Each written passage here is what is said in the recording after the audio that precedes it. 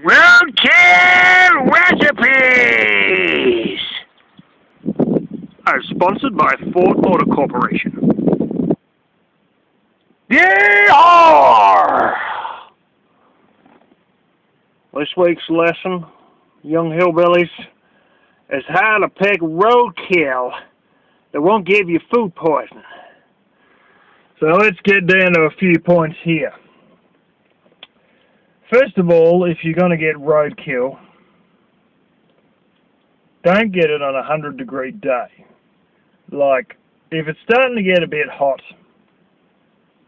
just forget it. It's not going to be very good. Unless you hit it yourself or you see the guy up ahead hit it. Or, you know, there's this guy pulled up going, I killed a poor rabbit or a deer or whatever the fuck. And, you know, blah, blah, blah. And he's told you that he's killed it. And when he sort of gets over it, or you help him change a tyre or bend his fender back so he can actually make it to, you know, panel beaters, and you give him direction as a panel beater and he pisses off, then you can get it. And then, and if there's no cops involved, then you can get it and put it in the back of your car. Now, this is a good reason to always carry yourself plastic shopping bags. Or in some cases, just, well, outright garbage bags. It tends to, you know, depends on sort of what size roadkill we're dealing with here. Oh, it's getting a bit hot in this vehicle. Too much roadkill in here. Anyway, if it's a cooler time, and you know most of the day it hasn't risen above whatever the hell it's going to be in your refrigerator, like what are we talking about, 40 Fahrenheit, let's say 5 degrees Celsius, something like, yeah, go ahead and pick it up, especially if you know that it's there reasonably fresh. Now, there's several ways to tell that it's reasonably fresh. One of the ways Michael used to do is feel if it's warm. That would give you a real indication if it's fresh. And he used to get ones during winter, you know, and it'd be like 38 Fahrenheit, 4 degrees Celsius or whatever. And, you know, he'd come across these ones, and they might not be warm to the touch, but if you get a knife into them, like and go to slice off the legs or whatever, that's generally the quickest way to get good meat on them, is to slice into the legs and just cut the legs off and take the back legs, whether it's a kangaroo, a deer, or whatever. By the time you stuff around trying to lug a whole animal into your car, and then you're taking home like 70% guts, you might as well just cut the main meat sources off and piss off out of there. But getting back to the point, if you can't feel the animal's warm because it's recently died on the outside, you may actually be able to touch its tongue and you'll feel if it's warm or not from that. But the real way to be able to tell is to go to slice off the leg or whatever meat, and then you'll see if it's warm inside. And you may not even need to touch it. You may see steam start to rise off it, and that means it's still warm. Or you could touch it and feel that it's warm if you can't see any steam. If you're in the United States or up in the higher areas of Australia where they get snowfall, it may bloody well be frozen solid. That's also not a problem. If it's a warmish day, or it might have been warm, or you're not sure, and you see something bloating, just forget it. And the other way to tell it's more recently hit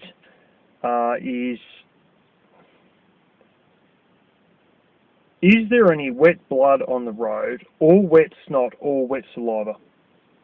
That's a dead giveaway quite often.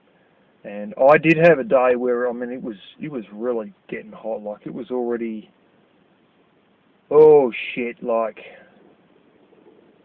you know, it was past 85 degrees Fahrenheit, and I knew it was going to hit like about, shit, like 90 within the next 10 minutes. Yes, pussy. and it was going to be a hot day, but this was a road that I'd been down. It was right outside my parents' place basically, and I'd been there the night before and I didn't see anything. And then that morning, early that morning, like 7:30 in the morning, I see this thing and I thought, well, that's a bit funny. It wasn't there last night, and they hit this thing, and the saliva, even though it was already 85 Fahrenheit and it was, you know, a summer day, the saliva was still wet on the road from this thing, or the snot or something was still wet on the road from this rabbit. And I thought, well, bingo. And that was fine. That turned out to be absolutely fine. But, you know, that's, if I had left it for another half hour, it probably would have been shit. Another thing you want to do, if you're a bit funny about the disease status, is check the liver. If it's a nice, solid coloured liver, no white spots at all, especially not for rabbits, then you'll pretty much be fine. If you start seeing tumours or cysts or growths, just leave it there. Don't touch it. There's probably something wrong with it. Any sort of, you know, pussy stuff, weeping around the eyes, anything, you know, myxomatosis, just forget it. Leave it behind. It's not worth you getting sick on something that you got for free if you might have got something else tomorrow for free anyway. Yeah, what else was I going to say?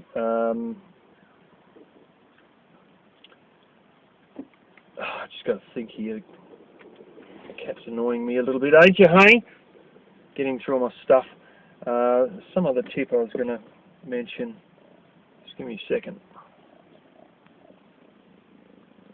Another one was the way they're hit. Now, this has got a lot to do with a lot.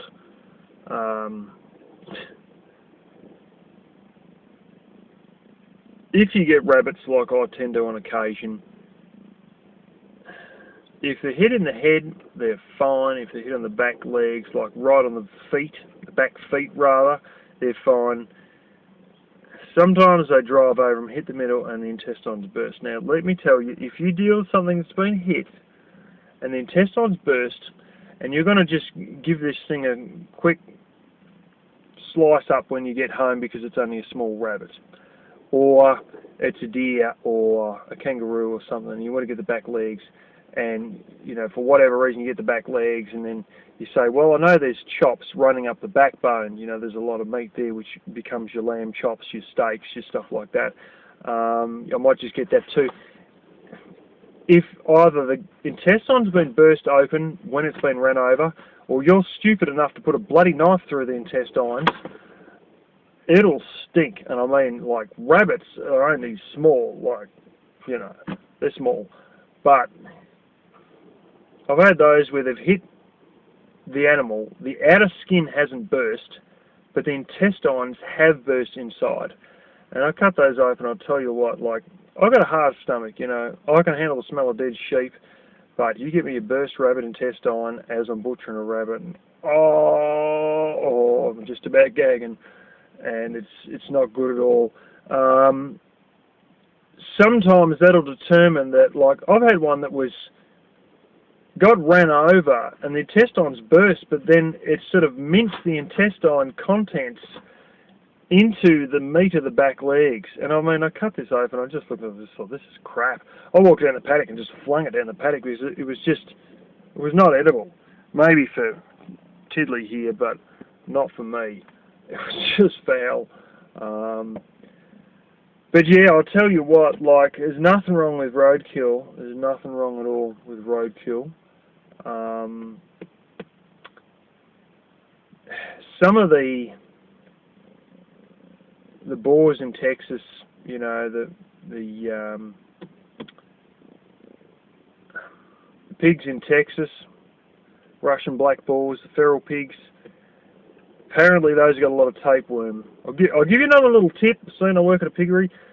Apparently once boars reach sexual maturity, the meat goes wrong and just tastes like shit. They can apparently make bacon out of it, and then all else they make is fed to the dogs, dog food. And if you got a salty enough bacon, apparently you can use boar and you can sort of the taste will be hidden by the amount of salt and crap in the bacon. But yeah, if you can, go more for a sow. I didn't mention it in my different meats video, but the same goes for rams. Wethers are alright, but rams that are, you know, using their bits, so to speak, sometimes they're disgusting too. They're just about inedible as well. Yeah, I can't really tell you a great deal about any other things like deer, because I've never even eaten deer. But there's nothing like making the most of a bit of roadkill, and hey, you know, it's fed me. This little thing here makes a deliberate point of going out and getting rabbits on a regular enough basis, and it feeds her. She prefers rabbit over chicken, and there's nothing like wasting freebies, so don't waste the roadkill unless it's going to make you sick for any of the reasons I've told you. Yeehaw.